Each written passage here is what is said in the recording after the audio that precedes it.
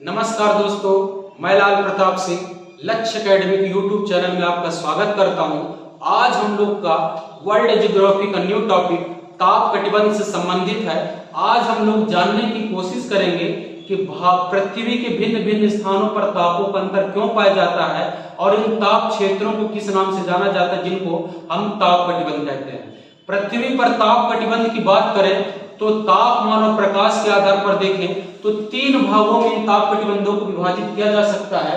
पहला होता है उष्ण कटिबंधी, अर्थात जहां सर्वाधिक गर्मी पड़ती है। दूसरा होता है समशीतोष्ण कटिबंध, अर्थात जहां कम गर्मी और कम ठंडी पड़ती है।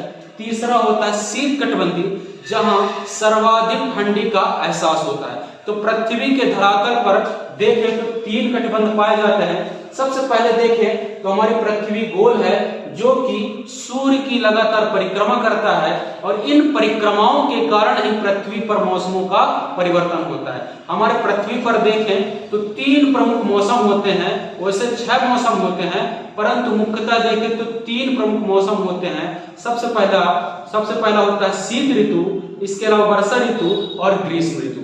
ये परिवर्तन जो होते हैं वो जलवायु के परिवर्तन जो होते हैं पृथ्वी के परिक्रमण काल के कारण होते हैं, जबकि पृथ्वी के घूर्णन काल के कारण दिन और रात होते हैं। तो हम लोग मेन टॉपिक में चलते हैं ताप कटिबंध। तो आपको पता होगा कि हमारे पृथ्वी को अक्षांश रेखाओं के आधार पर ताप कटिबंध में बांटा गया है। अक्षांश रेखाएं क्या होती हैं? वह काल्पनिक रेखा जो पृथ्वी को पूर्व से लेकर पश्चिम की ओर खींची गई है, उसको क्या कहते हैं? अक्षांश रेखा, जिनकी संख्या 121 होती है। क्वेश्चन कई बार आ चुका है कि अक्षांश रेखाओं की संख्या कितनी होती है? तो अक्षांश रेखाओं की संख्या 121 होती है। 90 उत्तरी गोलार्ध में और 90 दक्षिणी गोलार्ध में, और एक होता है विषुवत रेखा। तो आप सबसे पहले इसको थोड़ा जानकारी प्राप्त कर लेते हैं कि 0 डिग्री अक्षांश रेखा को भूमध्य रेखा के नाम से जाना जाता है। 0 डिग्री से ठीक 23.5 डिग्री जो उत्तरी गोलार्ध में रेखा होती है उसको कर्क रेखा कहते हैं। और आपको पता है कि भारत जो है कर्क रेखा के लगभग मध्य से होकर गुजरती है। कितने राज्यों को स्पर्श करती है? 8 राज्यों को स्पर्श करती है। इनमें से कौन कौन से 8 राज्य हैं? सबसे पहले गुजरात, राजस्थान, मध्य प्रदेश, छत्तीसगढ़, झारखंड, पश्चिम बंगाल, त्रिपुरा और मिजोरम। ये 8 राज्य हैं जिनसे कर्क रेखा होकर गुजरती है। तो 23.5 डिग्री उत्तरी गोलार्ध की अक्षांश रेखा को कर्क रेखा कहते हैं और 23.5 डिग्री दक्षिणी गोलार्ध के अक्षांश रेखा को मकर रेखा कहते हैं।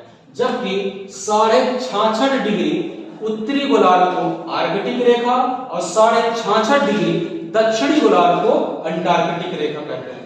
जबकि ऊपर जो है 90 डिग्री उत्तरी गोलार्ध और 90 डिग्री दक्षिण गोलार्ध में विभाजित किया जा सकता है। अब आपको पता है कि सूर्य की जो किरणें हैं पृथ्वी पर लगातार पहुंचती रहती हैं और पृथ्वी के पर सूर्य की किरणें 8 मिनट 20 सेकंड में पहुंचती है। कितने मिनट में?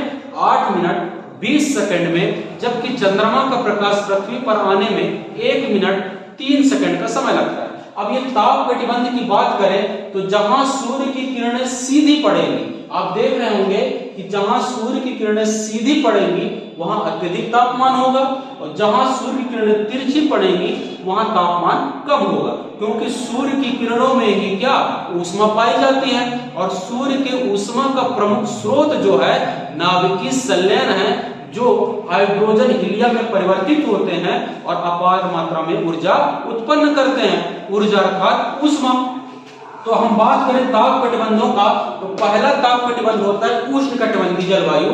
तो उष्ण कटिबंध जिन क्षेत्रों में सूर्य की किरणें सीधी पड़ेंगी वहां किस प्रकार का तापमान पाया जाएगा? उष्ण कटिबंधीय। तो 0 डिग्री से 23.5 डिग्री उत्तरी अक्षांश और 0 डिग्री से 23.5 डिग्री दक्षिणी अक्षांश, अर्थात भूमध्य रेखा से कर्क रेखा और भूमध्य रेखा से मकर रेखा क्षेत्रों में पृथ्वी पर सर्वाधिक तापमान पाया जाएगा, जिसको किस नाम से जाना जाता है? उष्ण कटिबंधीय। तो आपको पता होना चाहिए कि उष्ण कटिबंधीय कर्क रेखा और मकर रेखा क्षेत्रों में किस प्रकार की जलवायु पाई जाएगी? उष्ण कटिबंधीय। तो आपको पता है कि अफ्रीका महाद्वीप ये तीनों रेखाओं के मध्य में है, इसलिए अफ्रीका महाद्वीप में सर्वाधिक क्या गर्मी होती है। तो आपको पता हो गया कि ये उष्णकटिबंधीय क्षेत्र है। जबकि दूसरा होता है समशीतोष्णकटिबंधीय जलवायु, अर्थात जहां सूर्य की किरणें सीधी न पड़ के तिरछी पड़ती हैं, जिसके कारण यहाँ तापमान में कमी पाई जाती है और ठंडी ज्यादा रहता है, जिसके कारण यहाँ सूर्य किरणें तिरछी पड़ेगी और यह कम तापमान पाया जाएगा। तो 23.5 डिग्री से 66.5 डिग्री आर्कटिक रेखा, 23.5 डिग्री से 66.5 डिग्री अंटार्कटिक रेखा। बात करें कर्क रेखा से आर्कटिक रेखा और मकर रेखा से अंटार्कटिक रेखा वाले क्षेत्र को किस नाम से जाना जाएगा? समशीतोष्ण जलवायु पाई जाएगी। जैसे भारत में देखें तो भारत कर्क रेखा के बीचों बीच में है, उष्णकटिबंधीय जलवायु भी है। आपको मध्य प्रदेश से नीचे जाएंगे तो गर्मी का एहसास होगा और मध्य प्रदेश से ऊपर जाएंगे तो ठंडी का एहसास होगा। तो भारत में औसत जलवायु देखें तो उष्णकटिबंधीय जलवायु पाई जाती है, जबकि आर्कटिक और अंटार्कटिक क्षेत्रों में इसमें देखें तो समशीतोष्ण जलवायु के अंतर्गत आता है। तीसरा कटिबंध है शीत कटिबंध, यानी जहां सर्वाधिक ठंडी पड़ती है उन क्षेत्रों को क्या कहा जाता है? शीत कटिबंध। तो 66.5 डिग्री से 90 डिग्री उत्तरी अक्षांश और 66.5 डिग्री से 90 डिग्री दक्षिणी अक्षांश, अर्थात उत्तरी ध्रुव और दक्षिणी ध्रुव, ये दोनों रेखाओं में क्या शीत कटिबंधीय क्षेत्र पाए जाते हैं, क्योंकि सूर्य की किरणें यहाँ ना के बराबर पड़ता है, जिसके कारण यहाँ वर्ष भर बर्फ का जमाव पाया जाता है। आपको पता होगा कि उत्तरी ध्रुव और दक्षिणी ध्रुव में सूर्य की किरणें पड़ती नहीं है, जिसके कारण वर्ष का जमाव पाया जाता है। इसके अलावा क्वेश्चन एक और आता है कि जैसे आपको पता होगा 21 जून को भारत में दिन बड़ा होता है, जबकि 22 दिसंबर को भारत में दिन छोटा होता है। तो इसका कॉन्सेप्ट क्या है? जब सूर्य कर्क रेखा में होता है तो उत्तरी गोलार्ध में दिन बड़ा होगा। क्वेश्चन कई बार एग्जाम में आएंगे। अब ये नहीं पूछता है कि भारत में दिन बड़ा और कब छोटा होगा, क्वेश्चन आता है उत्तरी ध्रुव में दिन कब बड़ा और दक्षिणी ध्रुव में दिन कब छोटा होता है। तो आपको पता है कि 21 जून को सूर्य कहां होता है? कर्क रेखा में होता है, जिसके कारण भारत में इस दिन 21 जून को दिन बड़ा, अर्थात उत्तरी गोलार्ध में भारत है तो 21 जून को उत्तरी गोलार्ध में दिन बड़ा होगा, जबकि 21 जून को दक्षिणी गोलार्ध में दिन छोटा हो जाएगा। उल्टा चलता है, 21 जून को अगर उत्तरी गोलार्ध में दिन बड़ा होगा, 21 जून को दक्षिणी गोलार्ध में दिन छोटा होगा। जबकि 22 दिसंबर में सूर्य जो है कहां? मकर रेखा में होता है। कहां? मकर रेखा में होगा, इसलिए 22 दिसंबर को दक्षिणी गोलार्ध में दिन बड़ा होगा, जबकि 22 दिसंबर को उत्तरी गोलार्ध में दिन छोटा होगा। अर्थात 21 जून भारत उत्तरी गोलार्ध में है तो 21 जून को भारत में दिन बड़ा और 22 दिसंबर को भारत में दिन छोटा होगा। तो ये ताप कटिबंध है जिनके आधार पर पृथ्वी की संरचनाओं को बांटा गया है। किन क्षेत्रों में किस प्रकार का तापमान पाया जाता है।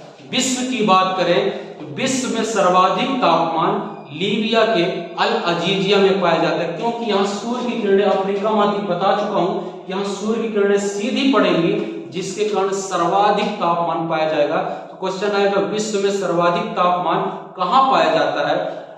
तो विश्व में सर्वाधिक तापमान की बात करें तो अफ्रीका महाद्वीप की लीबिया के अल अजीजिया में भारत विश्व का सर्वाधिक तापमान पाया जाएगा। जबकि सबसे कम तापमान देखें तो रूस के साइबेरियन, यूरोप महाद्वीप आता है रूस के साइबेरियन के देखें तो बर्फोयांक में यहाँ सबसे कम तापमान पाया जाता है। ठीक है, तो क्वेश्चन आ चुके हैं। जबकि भारत में देखें तो सर्वाधिक तापमान देखें तो फलोदा में, राजस्थान के जैसलमेर में आता है फलोदा, वहां सबसे अधिक तापमान पाया जाता है, लगभग देखें तो सर्वाधिक तापमान। जबकि सबसे कम तापमान देखें तो लद्दाख के सियाचिन ग्लेशियर, ये आपको पता होगा, सियाचिन ग्लेशियर में भारत में सबसे कम तापमान पाया जाता है। तो आज हम लोग का मेन टॉपिक था ताप कटिबंध। ताप कटिबंध को जानने की कोशिश करें कि कितने प्रकार के तापमान होते हैं, उनके कारण क्या है। इसके अलावा तापमान प्रकाश के आधार पर 3 प्रकार के कटिबंध होते हैं, उष्णकटिबंधीय, समशीतोष्णकटिबंधीय और शीतकटिबंधीय, और जिनका प्रमुख कारण सूर्य का प्रकाश। जहां सूर्य की किरणें सीधे पड़ेंगी वहां सर्वाधिक तापमान अर्थात उष्णकटिबंधीय जलवायु, जहां सूर्य की किरणें तिरछी पड़ेंगी वहां कम तापमान, वहां समशीतोष्णकटिबंधीय जलवायु, और जहां सूर्य की किरणें ना के बराबर पड़ेंगी वहां शीतकटिबंधीय जलवायु पाया जाता है। नेक्स्ट वीडियो में हम लोग ब्रह्मांड को, तारों को समझने की कोशिश करेंगे। आपको वीडियो अच्छा लगा हो तो एक बार लाइक और सब्सक्राइब जरूर करें।